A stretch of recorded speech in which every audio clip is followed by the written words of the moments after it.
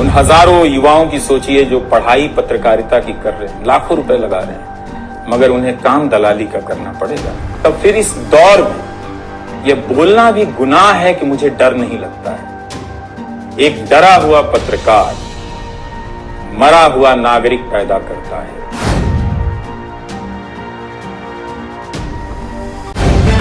The live TV, सच सबसे आगे। नमस्कार, मैं हूं रंजीत झा और आप देख रहे हैं द लाइव टीवी। एक डरा हुआ पत्रकार मरा हुआ नागरिक पैदा करता है। यह बातें हमारे मशहूर पत्रकार रवीश कुमार ने कही। उन्होंने एनडीटीवी से इस्तीफा दिया। उसके बाद अपने यूट्यूब चैनल पर एक वीडियो मैसेज जारी किया। इस दौरान उन्होंने जो भी बातें कही, उसके बाद पूरी दुनिया रवीश कुमार की ओर देख रहा है। विदेशी मीडिया में भी रवीश कुमार छाए हुए हैं। उनके बारे में ही चर्चा हो रही है कि रवीश कुमार का एनडीटीवी छोड़ना क्या मजबूरी रही होगी। सत्ता के आगे नतमस्तक होने से बेहतर रवीश कुमार ने इस्तीफा का रास्ता चुना। इसको लेकर दुनिया भी उनकी कायल है। विदेशी मीडिया ने भी भारत में फ्रीडम ऑफ प्रेस को लेकर सवाल खड़े किए हैं। रवीश कुमार के इस्तीफा पर अल जजीरा नामक विदेशी मीडिया संस्थान ने सवाल पूछे हैं कि रवीश के जाने के बाद भारत में फ्रीडम ऑफ प्रेस को लेकर चिंता सताने लगी है। अल जजीरा ने भी रवीश कुमार के मैसेज को कोट करते हुए खबर बनाई है और उस खबर में रवीश कुमार के बातों को कोट किया गया है और पूछा गया है कि क्या भारत में फ्रीडम ऑफ प्रेस खतरे में है। इसके लिए कंसर्न अल जजीरा ने भी दिखाया है। अल जजीरा में क्या कुछ कहा गया है उसको समझने के लिए तो सबसे पहले हम लोग ट्वीट ही देखते हैं कि ट्वीट में क्या कहा गया है। अल जजीरा इंग्लिश ने लिखा, the resignation of one of India's most popular TV journalist has sparked concern over press freedom in the country. इनका कहना है कि इंडिया के सबसे मशहूर टीवी पत्रकार रवीश कुमार का इस्तीफा देना देश में फ्रीडम ऑफ प्रेस पर सवाल खड़े करते हैं। अब सवाल खड़ा हो उठा है कि क्या होगा भारत में, प्रेस कैसे काम करेगा, क्योंकि रवीश कुमार स्वच्छंद रूप से जैसे एनडीटीवी में काम कर रहे थे, वो किस तरीके के सवाल पूछते थे वो भी हम आपको बताएंगे। लेकिन अल जजीरा ने इस चीज को नोटिस किया। विदेशी मीडिया में रवीश कुमार के छपने का मतलब है कि दुनिया की नजर भारत में पत्रकारिता के अंदाज पर है, जहां एक और धरा गोदी मीडिया बन चुका है, दूसरी तरफ अकेले रवीश कुमार तटस्थ खड़े थे। वह सरकार के आंखों में आंखें डालकर सवाल करते थे, लेकिन उनका वो मंच ही छीन लिया गया। गौतम अडानी ने करोड़ों का सौदा किया, उसके बाद एनडीटीवी को अपने कब्जे में किया। खैर, इस कब्जे को जबरन कब्जा भी कुछ लोग कह रहे हैं।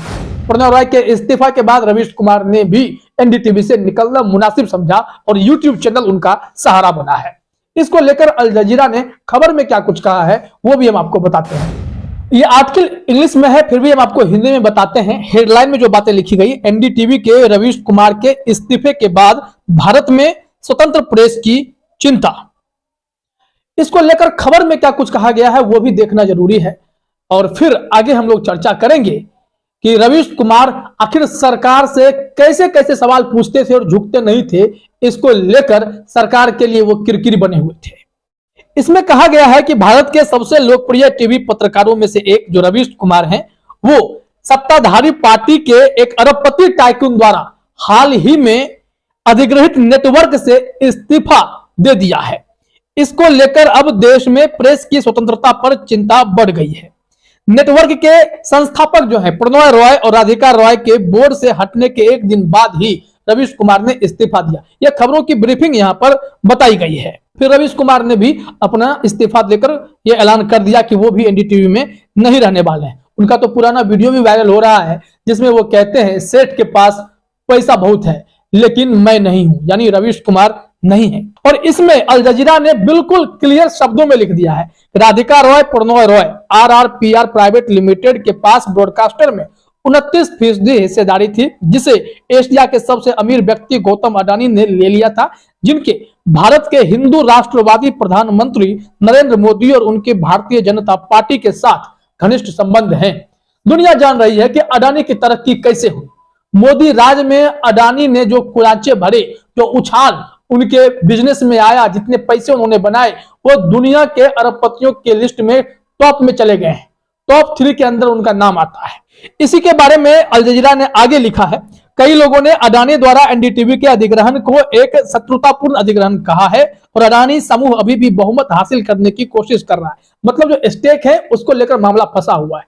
खैर, चर्चा रवीश कुमार के लिए ही एनडीटीवी की स्थिति पर अल जजीरा कर रहा है, लेकिन अल जजीरा ने जो अब बातें रवीश कुमार के लिए कही हैं वो देखिए।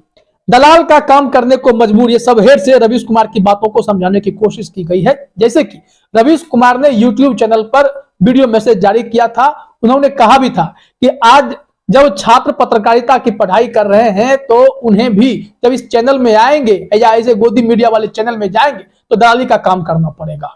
उनको चिंता है, जो अभी पत्रकार काम कर रहे हैं उनके साथ भी यही होने वाला है। अल जजीरा में लिखा गया है, कुमार ने एनडीटीवी हिंदी नेटवर्क में 27 वर्षों तक काम किया और एक मेहनती और स्पष्टवादी प्रस्तुतकर्ता के रूप में अपनी प्रतिष्ठा बनाई, जो ज्वलंत मुद्दों को संबोधित करते समय शब्दों की कोई कमी नहीं करते थे। जो फैक्ट होता था उसी फैक्ट पर वो रहते थे और उसी तरीके से वो आंखों में आंखें डालकर सवाल करते थे। उन्होंने खास करके गोदी मीडिया पर करारा प्रहार किया। गोदी मीडिया शब्द भी उन्हीं का दिया हुआ है। उन्होंने हिंदू मुसलमान जैसे मुद्दे पर घृणा फैलाने वाले गोदी मीडिया पत्रकारों को, राजनीतिज्ञों को जमकर फटकार लगाई, जमकर सवाल भी पूछे। तो ऐसे हैं रवीश कुमार। रवीश कुमार को रेमन मैग्सेसे पुरस्कार मिला है, जो दुनिया का पत्रकारिता में सबसे प्रतिष्ठित पुरस्कार माना जाता है। और रवीश कुमार का नाम उसमें आया क्योंकि उनकी पत्रकारिता गरीब गुरबों की पत्रकारिता थी, देश के आम लोगों की पत्रकारिता थी और इसे सब कोई देख रहा था। दुनिया ने नोटिस किया कि रवीश कुमार क्या करते हैं। इसी पर लिखा गया है कि अल जजीरा ने कहा कि रवीश कुमार ने गुरुवार को यूट्यूब पर अपने इस्तीफे के बाद एक वीडियो संदेश में कहा, जो लोग पत्रकार बनने के लिए पढ़ाई पर लाखों रुपए खर्च कर रहे हैं उन्हें दलालों के रूप में काम करने के लिए मजबूर किया जाएगा, और जो लोग इस समय पत्रकार के रूप में काम कर रहे हैं उन सभी को भुगतना पड़ रहा है। कुछ थकान महसूस कर रहे हैं तो कोई प्रोफेशन छोड़ रहे हैं। कई लोग कहते हैं कि नौकरी के लिए मजबूर करने के अलावा पत्रकार बनने का कोई जुनून नहीं बचा है। और ये सोशल मीडिया पर भी रवीश कुमार लगातार ट्रेंड कर रहे हैं। उस वीडियो का थोड़ा सा हिस्सा हम लोग भी सुनते हैं कि रवीश कुमार ने कैसे कहा कि अब दलाली का काम करना पड़ेगा, जो नए पत्रकार बनकर आएंगे, जो लाखों खर्च कर पत्रकार बन रहे हैं। सुनते हैं वो क्या कह रहे हैं। उन हजारों युवाओं की सोचिए जो पढ़ाई पत्रकारिता की कर रहे हैं, लाखों रुपए लगा रहे हैं, मगर उन्हें काम दलाली का करना पड़ेगा, क्योंकि इसके लिए अब कोई सांस्थानिक जगह नहीं बची है। इसी के बीच जो आने वाले पत्रकार हैं, जो इस वक्त पत्रकार हैं, सभी को जूझना है। कोई घुट रहा है तो कोई इस पेशे को छोड़ रहा है। कई लोग कहते हैं कि नौकरी की मजबूरी के अलावा पत्रकार बनने की कोई दूसरी शर्त नजर नहीं आती, कोई उत्साह नहीं है। तब फिर इस दौर में यह बोलना भी गुनाह है कि मुझे डर नहीं लगता है। एक डरा हुआ पत्रकार मरा हुआ नागरिक पैदा करता है। उन हजारों तो सुन लिया आपने। अब दुनिया भर में चर्चा है, विदेशी मीडिया को भी भारत के फ्रीडम ऑफ प्रेस को लेकर चिंता है। वैसे भी भारत का स्थान फ्रीडम ऑफ प्रेस के मामले में बहुत खराब है। अब हिंदुस्तान टाइम्स की खबर देखेंगे, उसमें बताया गया है RSF 2022 world press freedom index में भारत 8 स्थान गिरकर 150वें स्थान पर आ गया है। तो हम लोग 150वें स्थान पर हैं। प्रेस को कितनी आजादी है इस मामले में? 180 देशों की काउंटिंग में 150वां स्थान हासिल हो रहा है, तो सोच लीजिए हम लोग कितने जकरे हुए हैं। वहीं अब कुछ सवाल भी आप देख लीजिए जो रवीश कुमार सरकार से पूछते थे और सरकारों की आंखों में खटकने लगे थे। कुछ हाल ही के जो उनके जो मुद्दे थे वो देखना जरूरी है। आर्टिकल सेक्शन में अगर गूगल में भी डालेंगे तो दिखेगा आपको। क्या हमारा चुनाव आयोग निष्पक्ष है? सुप्रीम कोर्ट ने उठाए कई गंभीर सवाल। दूसरा मुद्दा, क्या सत्ता ही तय करेगी देशभक्ति की परिभाषा? आटा नहीं अब डेटा से भरेगा पेट, बैंकों का डूबा कर्ज, अपराध का दिखा धर्म। संजय राउत की अवैध गिरफ्तारी किसके इशारे पर? मोरबी पुल से जुड़ी कंपनी के मालिक के सपनों का भारत। भारतीय राजनीति का गुड मॉर्निंगकरण। कैसे फैला हजारों करोड़ के ड्रग्स का जाल? रवीश कुमार का प्राइम टाइम, क्या हम भारतीय लोकतंत्र में मना सकते हैं ऐसा जश्न? क्या मतदाताओं को अब इनके नाम पर प्रभावित किया जाएगा? रवीश कुमार का प्राइम टाइम, बिल्किस केस के दोषियों की रिहाई पर गहरे हुए सवाल। तो कुछ ऐसे आर्टिकल हैं रवीश कुमार के जो सवाल खड़े करते हैं और सरकार को वो चुभ रहे थे। अंत में ऐसी नौबत आ गई, मजबूरी में आकर रवीश कुमार ने इस्तीफा दिया।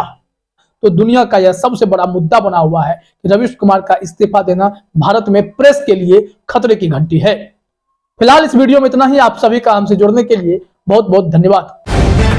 द लाइव टीवी, सच सबसे आगे।